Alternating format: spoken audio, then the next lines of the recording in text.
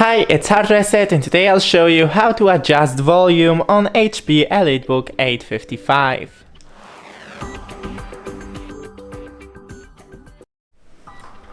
So, the first option is to click on the panel in the bottom right corner, and here we have the volume, so just adjust it, and you can mute it by clicking this button.